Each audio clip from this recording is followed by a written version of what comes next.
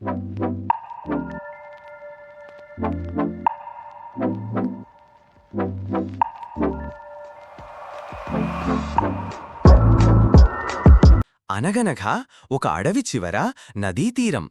ఆ నది అప్పుడే పొంగి ప్రవహిస్తోంది. తీవ్రంగా వర్షాలు పడడం వల్ల నీళ్లు ఉప్పొంగుతూ పారుతున్నాయి. ఆ నదీతీరంలో ఒక నక్క బావ ఉంది. తల క్రిందకి వంచుకుని విచారంగా అటూ ఇటూ తిరుగుతోంది. ఇంత నీళ్లు ఎప్పుడు తగ్గుతాయో, ఇంటికి ఎప్పుడు వెళతానో అంటూ తనలో తానే ఆలోచిస్తూ ఉంది. నది గట్టిగానే ప్రవహిస్తోంది.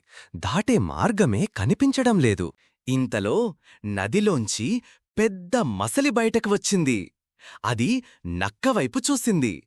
నక్క నది ఎలా దాటాలో అనే ఆలోచనల్లోనే ఉంది. ఆ సమయంలో నక్క మదిలో ఒక తెలివైన ఆలోచన మెరిసింది. అదే ఆలోచన నక్కను ఇంటికి తీసుకెళ్లే మార్గమయ్యింది. నక్క ఆలోచన చాలా చమత్కారంగా ఉంది.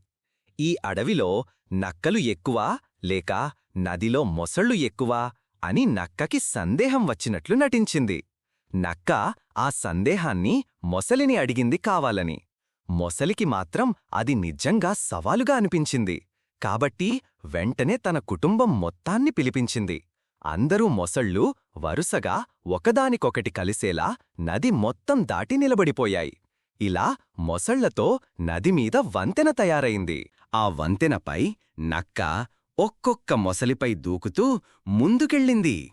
చిన్నగా టాప్ టాప్ అంటూ నక్క నది దాటేసింది. మొసళ్ళు మాత్రం నక్క లెక్కపడుతోందననుకున్నారు. కాని నక్కకి గమ్యం ఒక్కటే, నది దాటి ఇంటికి చేరుకోవడం. ఇలా తెలివిగా ఆలోచించి ఎవరూ ఊహించని విధంగా నక్క తన గమ్యాన్ని చేరింది.